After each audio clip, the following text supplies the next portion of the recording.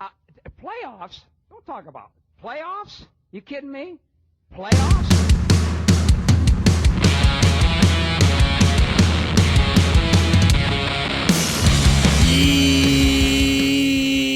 Yeah, NBA Straya, how are you going? Hey, going? Are you good? You should be. Why is that, Jim? Well, it is Hump Day, Wednesday, April 29.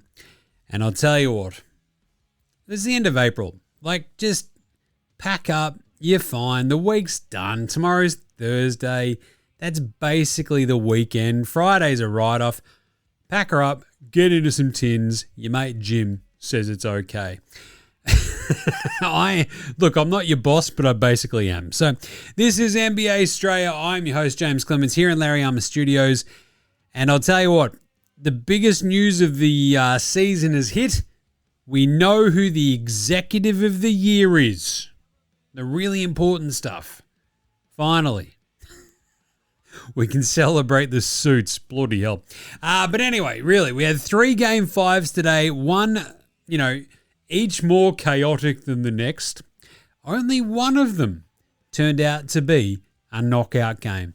And we say goodbye. Bye-bye. See you later to the Blazers. So we'll talk about that in the game wraps. We'll give away some awards. That's the Knife, All Mate, No Mate, Spud of the Night, Better Lonzo Ball. And then we'll pick and preview tomorrow's games. We are doing a short show today. Why is that, Jim? I was on the beers today with our man Chris Anstey watching these games, came home and went, look, I'm just going to do a short show. We'll get some vibes, we'll get some thoughts. She'll be apples. So just strap in. She'll be up. She'll be great. It'll be fine. Trust me. It bloody well better be. All right, episode 1392 of NBA Straya. Let's go.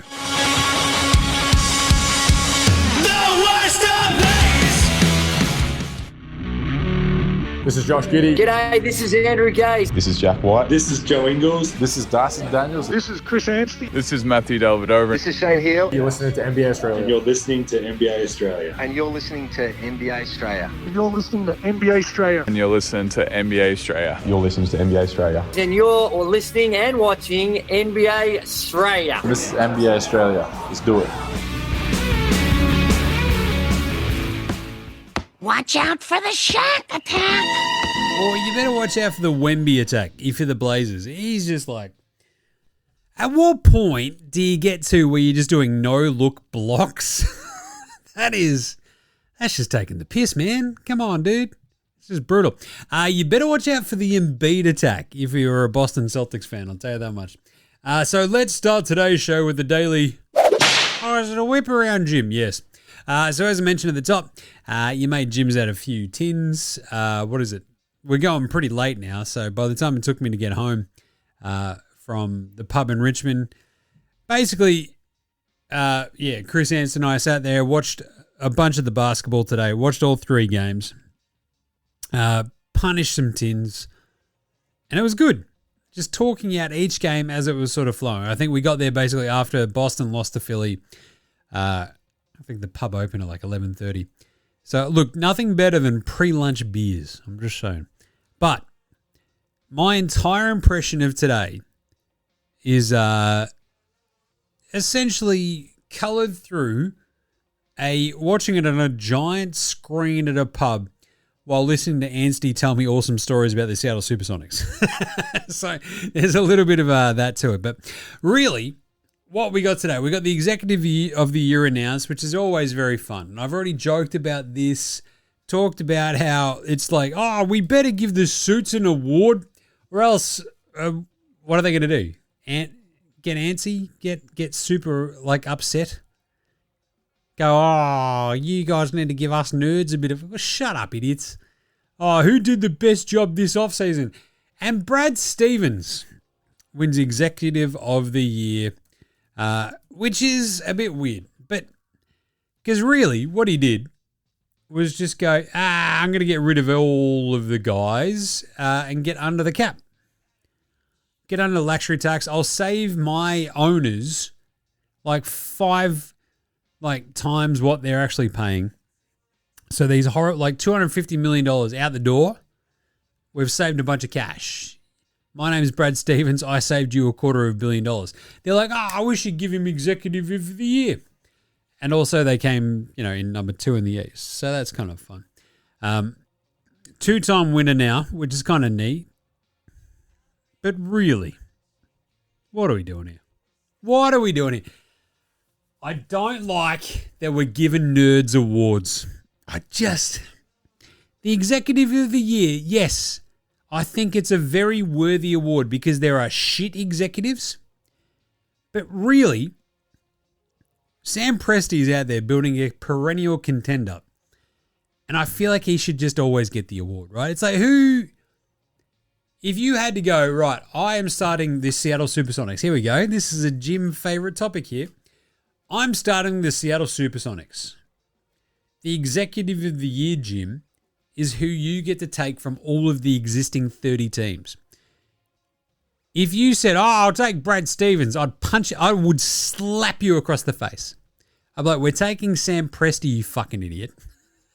Because all he's done since the fucking Sonics moved from Seattle to fucking butt shit OKC is fleece everybody, build perennial contenders, and win a fucking title. Brad Stevens, excellent coach, moved in the front office, won a title. I get it. Cut a bunch of money off for his owners and then got lucky that his coach is a fucking psycho and will choke out anybody who doesn't try hard. So that's very good. But Sam Presti still has all of the draft picks, all the good players, and has already won a title. If you were like, Jim, who are you going to start your fucking entire new franchise with? The answer would always be, well, the King Dog. I'll take Sam Presti. So yeah, it's a bit silly that anyone else wins it, but good. I'm very happy with that. Whatever. Anyway, so yeah, as I said, quick show. I'm already 7 minutes in. Good job, Jim. My favorite thing today is game raps. The Philadelphia 1, 2, 3, 4, 5 Sixers beat the Boston Celtics 113-97. Now, Jim, why is that your favorite? Well, because I said on today's NBA Coffee Run, Boston will smash them, we'll move on. It's a 4-1 gentleman's sweep if you've ever seen a gentleman's sweep. This is the most gentleman's sweep of gentlemanly sweeps. You gave them a false sense of hope by winning a game on your floor, and then you'll smash. Nope. Today, Philly made this 3-2. We're going to Game 6 in Philly. And the reason behind that is because I talked about them bringing back Joel Embiid. I talked about how bringing back Joel Embiid, you've got this sense of continuity. It's all a bit gone sideways. It's really hard to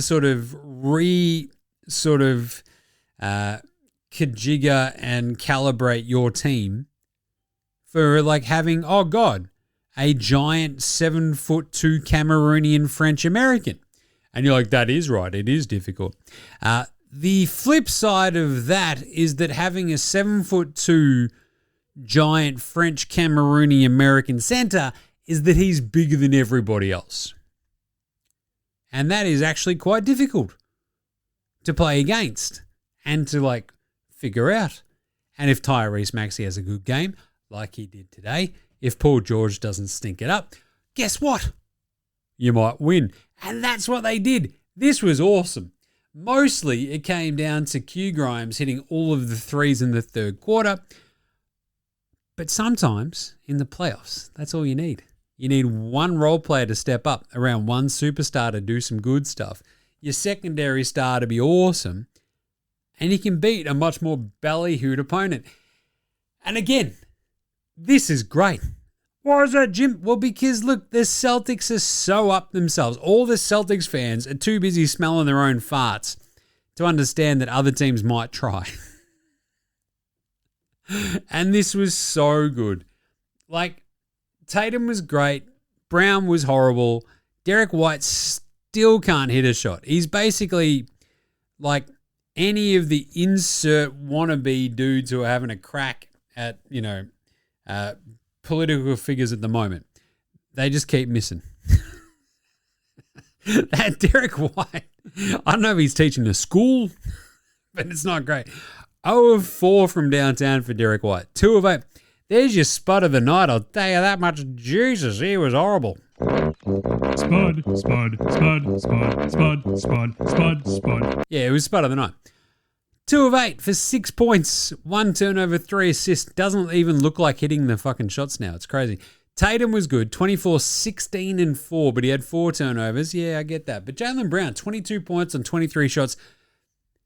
I don't think I've sold enough how good of a job Oubre is doing on Jaylen Brown this series. Oubre is crushing it. He's doing, look, offensively, yes, he's a little bit off kilter, but he's doing his job. He's like, you know what? I'm just going to be a pain in Jaylen Brown's ass. And that's what he's doing. He's doing a great job. So, Brown, not great. 22 points and 23 shots. Yeah. Minus 17 in 41 minutes. If you're a minus 17 in 41 minutes, guess what? It doesn't leave a lot of room for the other 7 minutes of the game to be more than plus 17. Ergo, you lost by 16. So, yeah, not great. Peyton Pritchard, Pritch better have my money, had 12 points, but only hit 1 3. Vooch was good early, but just absolutely disappeared. Jordan Walsh hit the side of the backboard more than he actually hit, I reckon. And yeah, the Celtics, the threes didn't go down. And then what happened, Jim? They lost. 11 of 39 from downtown, 40% as a team. They let the Sixers shoot 50%, including 36% from 3. And Joel Embiid, turns out he's still big. And so much of that, I'll tell you, it just makes a difference. 33, 4, and 8. Just good. He's just big. And the Celtics just had no answer. 25 on 10 of 18 shooting for Maxey. He had 10 rebounds, 5 assists as well. Paul George had 16, 9, and 7. PEDP, crushing it. And they're like, screw it, we'll play VJ 40 minutes. He had 10 points, didn't matter. They got 18 out of Q Grimes. He crushed. And, oh, Lord. Oh, Lord. All I wanted from this game, and look, I expected it to be the gentleman's sweep. Now I want this to go 7. Because all I want, ever, is Boston fans packing Dax. So thank you, Sixers. 113.97. 3-2 Boston. What a series. New York curb stomped Atlanta 126-97. They sort of they got out to a lead early, and then Atlanta would make these little bit of runs, but they did such a good job containing CJ McCollum that they could never really fight back properly. There'd be these little moments like, look out, here we go. Oh, nah, it's okay. The Knicks have scored the next 2 buckets, and they're all good because they forced 10 turnovers. They out-rebounded them to the bejesus, 27-48. That's, it's pretty bad, right? You can't get out-rebounded that badly. 48-27 is crazy. The Hawks shot 31% from 3, 45% from the floor. The Knicks shot 57% from the floor. And I think at halftime, just before halftime, they'd only taken 7 threes. I think they took another one before that, so it was 8. They end up shooting 11 of 26. That's Jose Alvarado hitting a couple off the bench. It's Jeremy Sohan hitting a 3, which is good. Sohan hit more threes than CJ McCollum today. So that's a problem, right? And that's how it sort of went. So, look, the Hawks just... I keep yelling about this. I'm sitting there with Chris today, just like... I had to reiterate this point. I think what we're underselling so far in this series is like, yes, Cat is doing well. That's cool. But the defensive approach from the Knicks between OG and Mikal Bridges, I'm just going, you know what? Let's just not let Jalen Johnson and Nick Alexander-Walker basically dictate all of our shit, right? We're going to try to shut them down, and then if we can try to cut off the flow to CJ McCollum, we might win this game, and that's exactly what they did. So McCollum only takes 10 shots today. You know what that is? That's the equal least of their starters. And you can sort of see it, right? They're just like, no, we're just going to deny him the ball. You got Bridges. Alvarado, when he was on the floor, was causing all sorts of havoc. You got Deuce going out there causing shit on CJ as well. It was just excellent game planning from Mike Brown. And yeah, you have to give credit where credit is due. So good job by the Knickerbockers. You got 18, 10, and 6 from Jalen Johnson. Just wasn't enough. 16 for Noor. You had 17, 2, and 5 for Dyson. He hit a 3. Drink! Which is kind of nice. Then hit another one. Drink! So he goes 2 of 4. You're like, that's great. Unfortunately, Kuminga goes 13 points, 4 rebounds, 1 assist on 4 of 10 shooting. Gabe Vincent hit a couple of threes, but it was a little bit too late. And they just didn't have enough to keep up with the Knicks at home. Because the Knicks, Cat was massive early. He only ends up with a 16, 14, and 6 only. It's not bad. But Jalen Brunson finishes with 39 points and just goes ham in the second half and just goes, it's going to be fine. I'll just score all the points. Every time they threaten, I'll hit another bucket. I'll get in the paint. He only went 3 of 5 from downtown. Didn't matter because he hit every other shot. It was ridiculous. 8 assists as well. Mitch Robinson had 7 and 6. You got 12 off Jose Alvarado. Hart had 9, 5, and 4. Bridges, it didn't matter. His defense was fantastic. OG hit a couple of threes. He ended up with 17 and 10 as well. Fantastic showing from the Knicks. Good job by them. 126-97. 3-2 Knicks. Chance to close it out down there in Atlanta. And then the final game, the San Antonio Banderas Spurs beat and say goodbye, eliminating the Portland Trailblazers 114-95. Back her up, boys. You're done. Wemby had, what did they credit him with? 6 blocks. I'm pretty sure it was 60. He ends up with a 17, 14, and 6. And you're like, every time you're looking at the thing, he's like, oh, he just blocked another one. The one where he just punted the shot over the top of the backboard and into the 8th row was just silly. It was, yeah.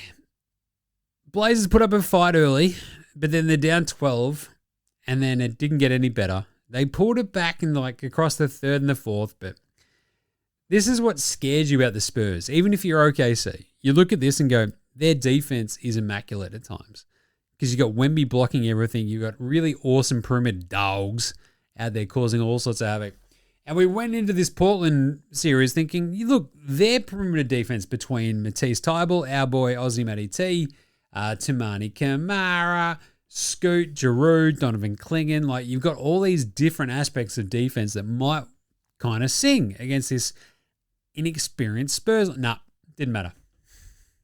The Spurs were just too good. Denny ends up with a 22, 3 and 3, but 4 turnovers. You got 10 from Clingan with 6 assists, 5 rebounds. He shot 2 of 7 from 3. 11 from Time Lord, 12 from Jeremy Grant, and nothing else. Giroux had a Barry Crocker shocker. Scoot could not keep it up from his first couple of awesome games.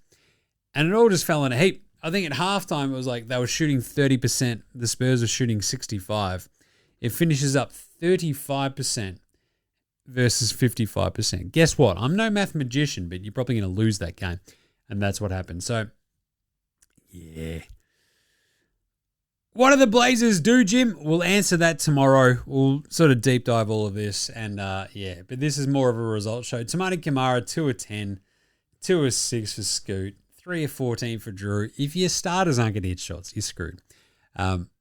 Meanwhile, for the Spurs, they did pretty well. Wemby, 17, 14, and 6 blocks. As I said, 19 for Julian Champagny, who had 11 points right out of the gate. Crushed it. And, didn't look back. He hit 5 threes. It was very cool. Fox, though, was kind of the story here. He took over and went, hey, remember, everybody, I'm very good in the clutch. Remember me? Clutch player of the year, Darren Fox. And you're like, oh, yeah, I remember you. He was awesome. Because, when the Blazers had their crack, he answered absolutely and resolutely, no, get out of here. 21 and 9, not bad for him. Vassell with 10 points. Stephon Castle was awesome. He had the 7 turnovers, but his hair looks great. 17 for Dylan Harper, absolute weapon. He answered like some great shots too. Keldon Johnson had 7. They were just awesome. So, yeah. Spurs go through. They will take on. So, they're the 2-7. So, they'll take on the winner of the weird part of the bracket, the 3-6 in the West. So, you better be sitting there going, are you ready for a San Antonio, Denver, or Minnesota series? Whoever they get, they're going to be absolutely rooted by the end of it. Because remember, Denver's down, 3-2 now. And I reckon that's going 7. So, yeah, that's going to be fun. All right, NBA Straya approved performance of the night. That's not a knife. That's a knife. Jalen Brunson was off his head. 39 points, absolutely absurd. But wow. There were points in this game where Wemby was just like, you know what? None of these dickheads can do anything that I can't either stop or replicate on the offensive end. It's like, you know how they talk about when AI becomes like, self-aware? That's kind of like what Wemby was doing during this series. He's like, wait a minute. I'm better than all these motherfuckers. I kind of knew it, but now I get it. I was like more angry at the Blazers for just being shit this entire fucking series than I was like impressed by the Spurs because Wemby was just that good. You're like, what the bloody hell, mate? So yeah, he was. There's 6 blocks. The bit where he's like turning around blindsided, blocking a dude. Like when you block somebody without looking, get fucked. Like that's just cheating. So not bad. Good size. Not bad. Spud of the night. Spud, Spud, Spud, Spud, Spud, Spud, Spud, Spud, Spud, Spud, Spud, Spud, it is Spud of the night. Spud of the night. CJ goes 3 of 10. You can't call him a Spud. He's the only reason they're in the series. 3 of 14 for Giroux. Again, he's the only reason the Blazers are in the series. Not a great one, though. 1 of 6 for Aussie Matty T. Not ideal. 0 of 5 from downtown. Hits the side of the backboard. Deuce McBride goes 0 of 4. That was a bit weird. Wasn't ideal. 0 of 4 for Corey Kispert and his beautiful hair. Bit of a spud. But I feel like the biggest spud today, like the one that kept breaking my heart, was Tamani Kamara. He ends up 2 of 10. And you're like, just, come on. I expect better. And Donovan Clingan, 4 of 11. Just brutal gear. Just... yeah, she wasn't that good. Unfortunately, nobody shot the magic number, so that's a bit of a shame. All right. Old mate, no mates?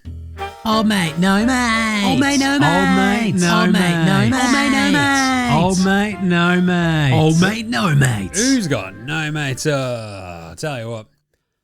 Who's got no mates today? It's watching Denny get into it after being shoved midair and then being assessed a tech foul. And you're like, look, I understand that Israelis are well known for their exceptional chill. But wow, the refs were very quick to not challenge that and give him a tech. He gets the foul anyway, right? But I'm like, for all the shit that we're like going back and going over with a fine tooth comb and just like, oh, I reckon there might be a flagrant 1 or a flagrant 2 in there. And they're just like, nah, fuck, it was Denny. I don't give a shit. He's an arsehole. I'll tell you, that's a bit of fucking old mate, no mate. It was pretty good. How about a bit of pantsing of the night? Fatty, fat, fat, fat, fatty, fatty, fat, fat. I'll tell you, if you're getting blocked by a bloke who's not even looking at the ball, and there was a part where Wemby just stole Kamara's soul as well as the ball. He's just like, nope, that's mine, you idiot. Yeah, what Wemby did today, you don't want to like overblow shit, but it's one of those, as I said, it's like the AI getting to self-actualization. It's Wemby going, wait a minute, I'm better than all these motherfuckers. Let's just do this fucking thing. He was so happy. He was playing with so much joy while he absolutely ruined every single one of the Blazers. It felt like that no-look block is just absurd. The Kamara play is absurd. All of it is absurd. He's just absolutely Carly marring the Blazers, ripping their heart out, showing it to him and going, how do you like that? But he's French, so he's like, how's you like that? Oui, it's no good, huh? It's like, no, it's not. So, yeah, that's pretty good. He's pretty good. All right, and finally, better than Lonzo Ball, Ben Simmons, Lonzo. Wait, Bronny James, Ben Simmons, Lonzo Ball. Lonzo was the best player in high school. He was the best player in college. You think he'll get to the pros and be like, I made it to the pros, now I can be average. He's coming for everybody. Coming for everybody. I mean, usually I'd be just like, Dylan Harper was absolutely fucking awesome. He was also a number 2 pick. So that sort of still tracks for Lonzo, so I think it's okay. 17 points, 6 of 9 shooting, 1 of 1 from downtown, 4 of 5 at the line, 3 rebounds, an assist, and 3 steals. It feels unfair that he's on the Spurs. Right? Like, even with OKC, you look at their dudes and you're like, yes, they're developing those young fellas. That's fine. They're just some lower first-round picks that they've picked out. The Spurs are bringing the number 2 pick off the bench and he's just fucking wrecking playoff games. It feels like cheating. So, yeah. That's better than Ben Simmons, Lonzo Ball, and Bronny James today. So, all right. Quick one for tomorrow's games. Let's do some previews, Jim.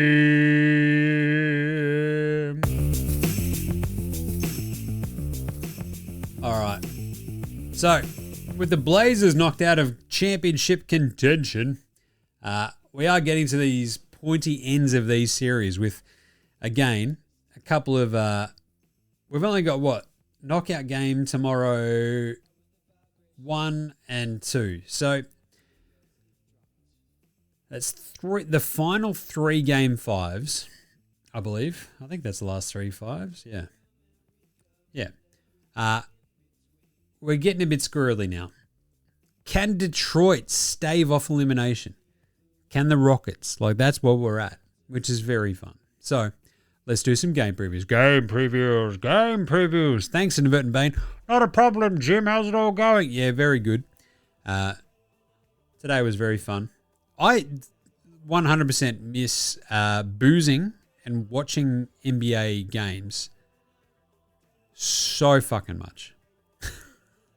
Like, it's really cool that I'm like watching games and then relaying stuff to you guys.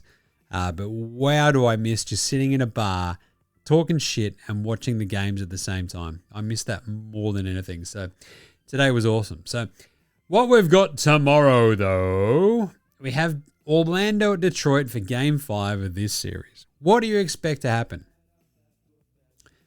And I think we've almost gotten to the point where, does it feel like Orlando have rope-a-doped everybody going, oh no, we lost the 7-8 play-in by 1 million points and now we don't have to play Boston in this as the 7 seed. Oh, gee willikers. That's horrible. Then they fucking kick the absolute shithouse out of Charlotte to get the 8 seed. And they're like, oh wow, gee, now we get to play Detroit. This is a bit better. Up 3-1. The Pistons are 10.5 point favorites. Get fucked. Look, even without Franz Wagner, hello, I gotta take I hate saying it, because again, fool me once, shame on me. Fool me twice, shame on you. No, wait, whatever. Fool me 3 times, fuck you, Orlando. Right? This just keeps happening. I will take the plus 10.5 for Orlando, though. This is a closeout game. I get that it's against a 1 seed on their home court where they should probably beat the shit out of you. By the same token, though, the Detroit offense is broken. Jalen Duren doesn't know his ass from his elbow all of a sudden. And the Magic have won, absolute rock fight, 94-88 last game. Beat them by 8 the prior game. Lose by 15 in the second game that was in Detroit. Beat the Pistons in game 1 by 11. It doesn't really feel like the Pistons offense can like hang enough with Orlando. Like Orlando's offense has been dog shit this entire series. The defense is doing a good job for Detroit. The problem is their offense sucks ass. So I'm going to go the actual Magic plus 10.5. You're a wizard, Harry. We'll see what happens. Toronto, Cleveland. How are the Cavs 8.5 point favorites in this game? Bloody hell. Yes, they won the first 2 games walking away. And I think, so in the pub today, Chris and I are just like, all right, he's like, what are the lines for these games? I'm like, all right, throw them at me and I'll have a guess. I'm going against all the favorites, spoiler alert, because I feel like all of these lines are fucking crazy. To the tune of like Raptors Cleveland being 8.5 in favor of Cleveland is fucking crazy to me, right? So the Cavs win the first 2 games by 13 and 10. That's fine. They lose the next 2 games by 22 and 9. No, 4. Use your maths, Jim. I feel like the Cavs win this. I think it'll be a bit more of a grind. I think the Raptors' magic might disappear again on the road in Cleveland, and this is the classic 7-game series, right? I'll go back to Toronto. Toronto will figure it back out. We'll go to Game 7, and away we go. So I think Cleveland win, but I'm going to take Toronto plus 8.5 because 8.5 is just too much. It's just silly. Cleveland probably win it, but I think the Raps have learned a little bit the last couple of games. It'll be a close one. And then the other knockout game, Houston at LA. The Lakers, they might have Austin Reeves for this. It is kind of the fact that the Lakers are 4.5 point favorites here tells me that they think Reeves is coming back. And you know what? I think this might be the whimper into the night that we expect from the Rockets. It's a weird one though, because the Rockets should have won Game 3. This should be 2-2, but they had an all-time meltdown.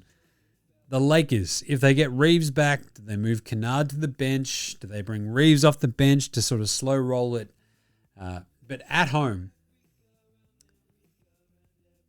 it is a tight one. The 4.5 feels a little bit generous.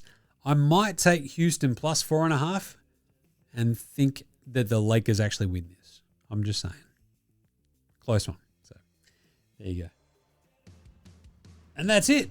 There you go. Those are the 3 games tomorrow. I'm going to take Orlando, going to take Toronto, and I'm going to take Houston. All the underdogs. It's going to be fun as. So, fun one today. Very quick one for you. So, look, that was me with a bunch of tins in me talking shit about today's games. Tomorrow we'll do a bigger show and do some more yeah-nahs and shit for you. So, we'll make it up to you. All right. Big shout to Chris Anstey for just shouting out and going, Jim, let's go to the pub and watch some basketball and drink some beers. Sounds like you need it. I'm like, yes, I do. So I went and did that. Legend. But otherwise, you guys are all legends as well. Support the show. Go to buymeacoffee.com/NBA Straya. Support the show. Become a sponsor. You can join the Dead Set Legends Club there. That's our Patreon, man. So help support the show. Keep it alive. All the good stuff. Get around all the socials, of course. Twitter, Facey, IG, TikTok, and YouTube. Footy Unfilterated. Talking AFL footy. Oh, I love talking about footy. It's the best. So go check out that show. Jim does Supercoach. We will do a Supercoach show tomorrow for you for AFL, which is going to be pretty fun. Chaos week, I'll tell you that much. So get around that if you like your Supercoach. Rate, review, star, subscribe across all your podcast apps, your YouTube. Jump in the comments. Send us any DMs that you want for yeah-nahs, anything else that you want to throw out there. And off we go. Big thanks to From Oslo for the intro and outro song. They Rule. So to House Hats, Joshua Delaridis, Fascinator, Goldmines, Ramshackle Army, who are playing Scarfighter 2, May 9 at the Bendigo Hotel in Collingwood. I'll be there. I'll see you there.